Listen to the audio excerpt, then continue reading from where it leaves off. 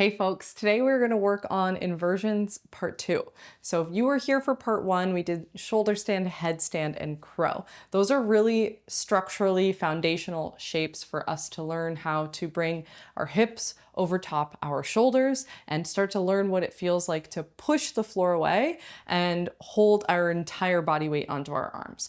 We're going to level that up a little bit today and start to challenge ourselves with L-sits, forearm stands, and maybe taking some hops towards the top of our mat when we're practicing in maybe a yoga practice, or just starting to learn what it feels like to hop both feet away from the floor and onto straight arms. All right, so you'll want 2 blocks for this practice and then nothing else. If you don't have blocks, something to elevate your hands because it'll be really helpful for our L-sit practice. Go ahead and grab your stuff and let's get moving. Meet me standing with your feet nice and wide and take some big swings with the arms. You can let your arms wrap around your body, maybe even the opposite heel lifts as you twist. Start to cement your feet into the floor, so don't let your heels lift. Start to square your hips forward, so it's just your arms swinging now. We're gonna bring our arms into a cactus shape and jab the elbows back behind us to unstick the upper back. Add a little bit of rotation while you try to square your hips forward. Really good stuff. Stretch the arms out into a T, flip the palms up towards the ceiling, and take little pulses of the arms up towards the ceiling. So palms are up, you're pulsing up like as if you're high-fiving the ceiling. Palms forward, pulse forward. See if you can really tuck your tail. Squeeze your feet into the floor, knit your ribs in. Palms down, pulse down. And then palms back, pulse back. Good. Release the arms, feet nice and wide, heels in, toes out. Sit into a horse stance, bring your hands under your legs, rock it a little side to side. Twist one shoulder into the center while you spin your knees wide and sit your hips even lower. Go to the other side. Good. Come back through to the center. Lift your hands up, sit down and up a few inches, pulse down and up 5, 4, 3, 2, 1. Straighten the legs, parallel your feet, and dive down into a wide-legged fold. You can bend one knee, bend the other. Find little figure 8s with your hips. It's kind of like you circle each butt cheek on the ceiling.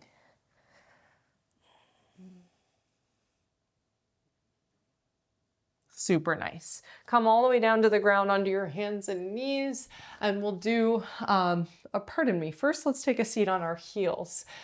Before we get into our hands and knees, stretch your arms out in front of you, flex your fingertips up towards the ceiling, spread your fingers really wide out in front of you, and really try and pull them towards your face. So we're trying to activate the muscles on our forearms, and then start to curl your fingers in, point your knuckles down to the ground, make a fist, pull that fist in towards the bottom of the forearm. Good. Send your fingers up to the ceiling, spread your hands wide, and then fingers down, pull the knuckles in with your fist. Fingers up, knuckles curl in, fist, and then fingers up again. Good. Take it 3 more times.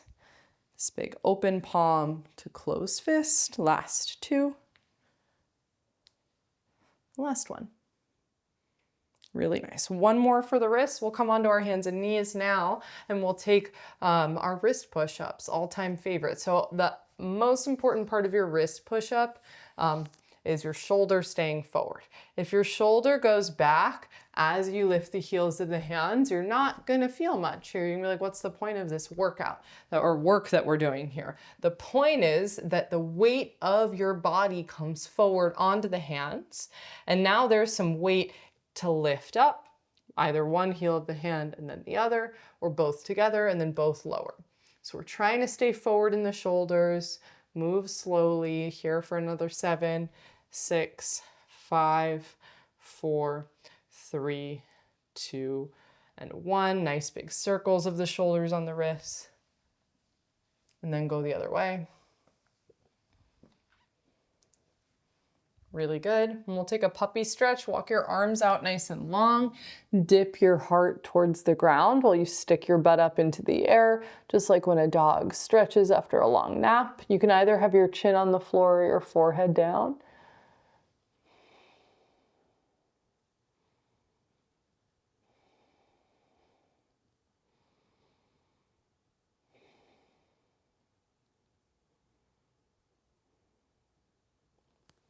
Go ahead, take a seat on your heels, catch your right elbow behind your head, and try and sit up really tall so that your chin lifts away from your chest.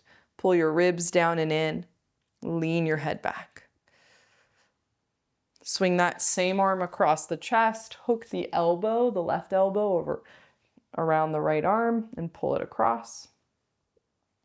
And then take it over to the other side, left arm behind the head, catch the elbow.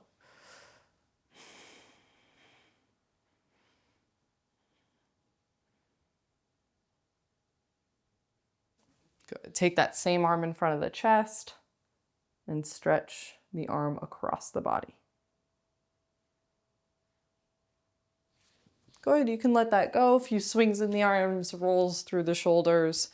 And we're gonna start with some L-sits. So grab your blocks. You do not need to be able to do this. Let's start with the second setting on the blocks. All right, so the highest setting will be a little bit precarious. The lowest setting might not be enough space for some of us to lift away from the floor. So an L-sit is just describing the shape of the body as we lift away from the floor. We're not actually sitting in an L-sit. So this is the L shape in the body. And we'll use our hands in almost a C grip. A C grip would be, all 4 of the fingers wrapping around the outside. I like to have my index finger helping me kind of balance in the forward and back orientation. So I've got that on the side of the block. And then I want to straighten my arms, push the floor away, and try and slide my butt back a bit. Yeah, so I want you to try that 5 times. Push down, straighten the arms, slide your butt back, and maybe lift your heels away from the floor and sit back down. Good, 4 more like that. Straighten the arms, slide your butt back, maybe lift your heels away from the floor. Good, we're doing that 3 more times. Lift up, L-sit, or just as much as your butt will lift up and back behind you. Sit back down, 2 more like that. Last one. Good, so that feeling that you have in your L-sit where you're kind of being punched in the ribs and your ribs are pressing back behind you, we'll refer to that as your ribs lifting up and back. That's a sensation that you'll want to become very familiar with as we step into the rest of this inversion practice, because that is the sensation that you're going to replicate in order to help your ribs get on top of your shoulders. So I'm going to show you in a headstand kind of what I mean.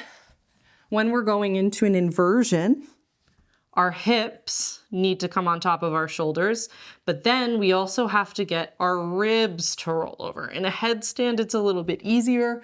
In a forearm stand or a handstand, it's going to take a little bit more work for my ribs to get on top of my shoulders. So I'm really thinking about gut punching. All right, L-sit. Another way that we can play with this, we'll come back to it, yeah? We can start with slightly bent legs and use our blocks, lift the hips, try and lift one heel, lift the other heel, and then tap back down. With bent legs, it'll be a little bit easier, not quite as heavy as our straight legs. That might help you feel nice and successful. And people often feel a lot of success doing it in a cross-legged position, right? So lifting up, lifting the crossed legs, that might be even easier too. You'll see a lot of people practicing lotus and using the lotus to lift up. This can be really easy too because your legs create a nice container. It's like rather than like holding a bunch of, I don't know, like resistance bands in a ball, you put them in a bag and it's a lot easier to hold on to. So that's kind of like practicing the lotus with the legs. All right, so really simple, L-sit. Ways that you can challenge your L-sit to make it a little bit harder is to hold longer and try not maybe to do as much butt up and instead to do a little bit more parallel to the ground with the legs. That will challenge your quadriceps, your core, your hip flexors a little bit more than butt up and back. Butt up and back will be a little bit more shoulders, which is really relevant if you want to do handstands. All right, so that's an L-sit, and whatever degree of success you've had with that, great work. This is just our second foray together into inversions, and I want to turn our attention now towards forearm stand. So we're going to come into a dolphin pose. It's like your downward facing dog, but instead of your hands on the floor, you're going to put your elbows on the ground. And so you're just going to hang out. I want you to take about 10 breaths here. Shove the floor away, bend your knees a little bit so you can really stick your butt up and back, and think that you want your ears in between your upper arms.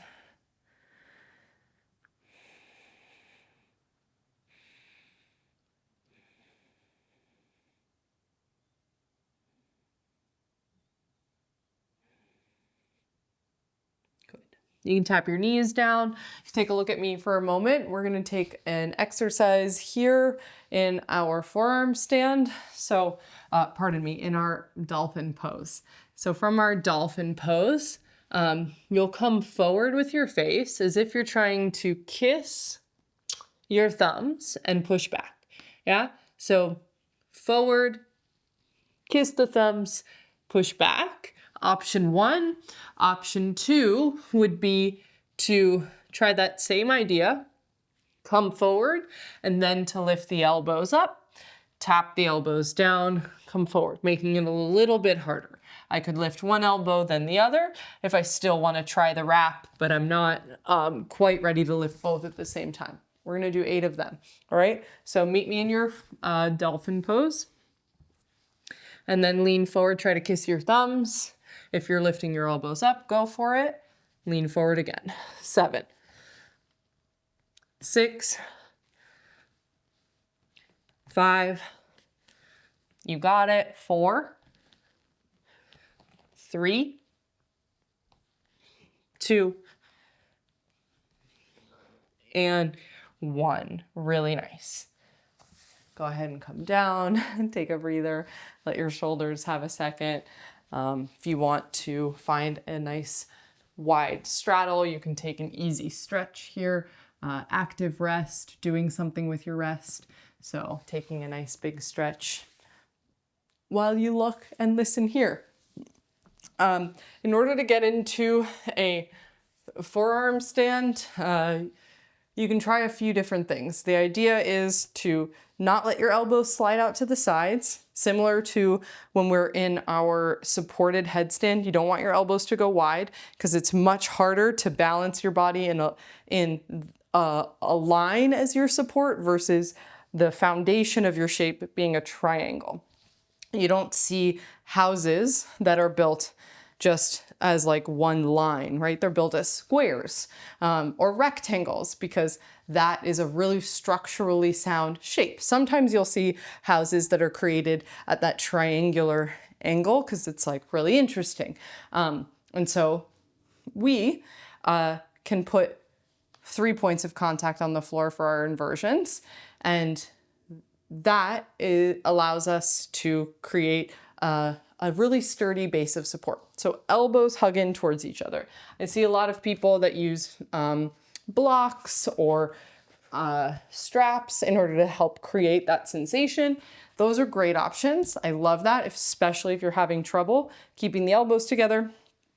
But another way to practice that is the down dog to dolphin push-ups, right? To wrap the elbows towards the floor and straighten them back up.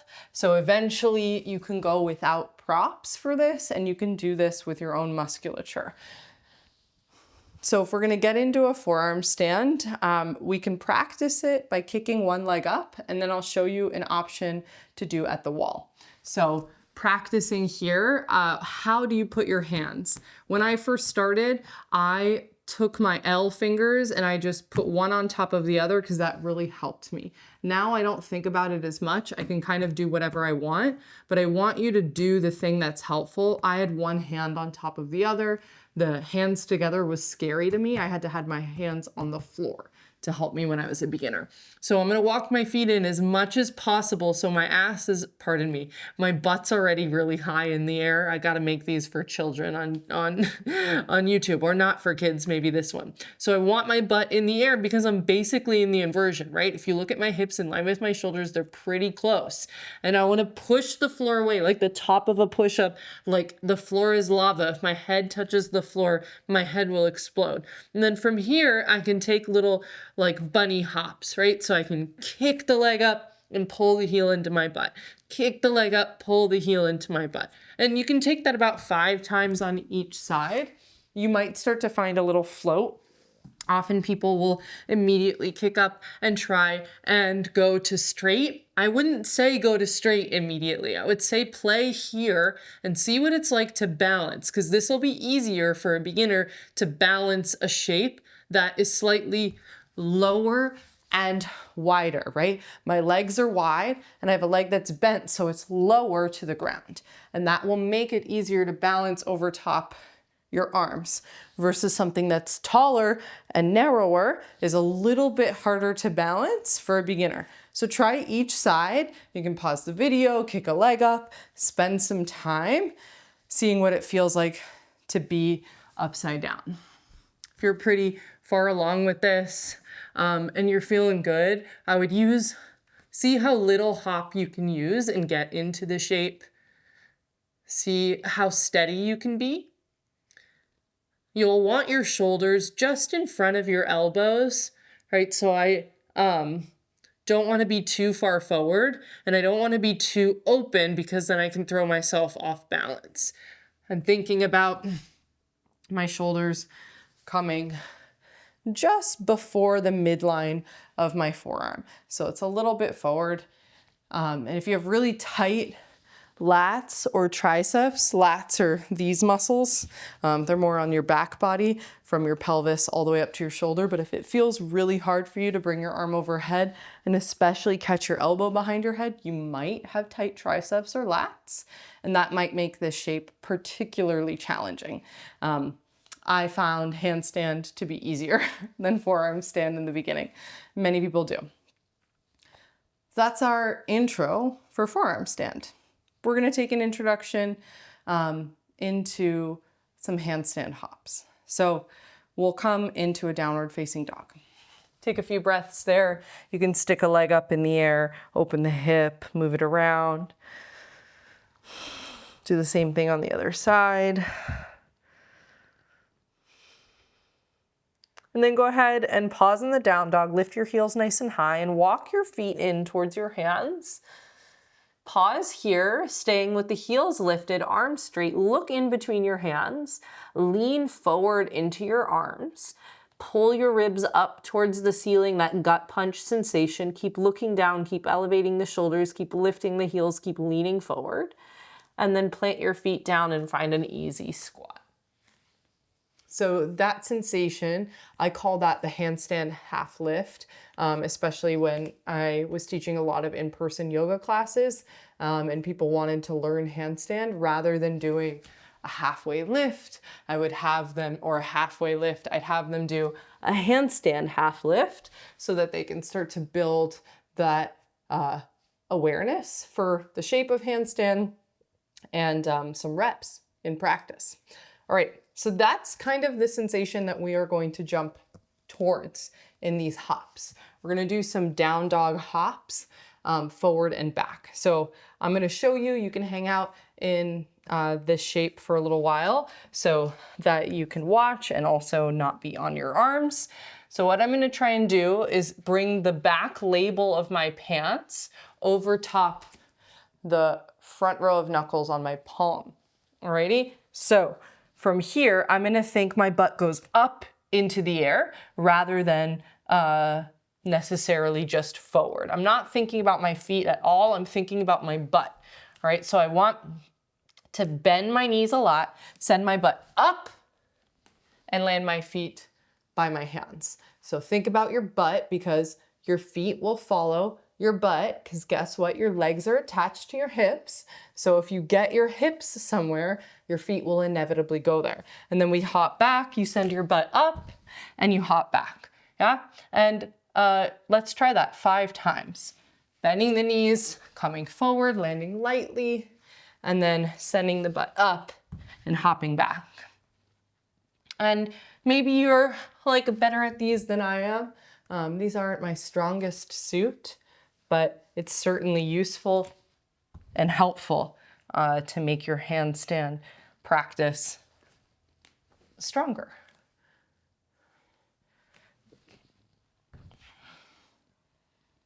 Five of those, and you will probably be sweating after 2. Really good. Feel free to continue to play with those hops or anything else that we've worked on today. That's just our second kind of foray into inversions. I will come back with more. And if you're interested in more of this stuff, I put way more of this inversion type stuff on my platform. So I've got handstand warm-ups on there. I've got shoulder mobility. I've got wrist mobility. I've got wrist strength, shoulder strength. So there's a bunch of little exercises that I did for the past like 6 or 7 years that I've been hand balancing in order to create that strength from not being able to do a push-up at all to being able to stand on my hands for a long time and, you know, make shapes and do other types of transitions and fun things. If you're interested in that, go ahead and go to my Instagram and you'll be able to find the link for the platform, and you can subscribe there and see all of that lovely stuff. Thanks for watching this video. If you made it to this part, appreciate you, and go have yourself a good rest of your day. Thanks so much.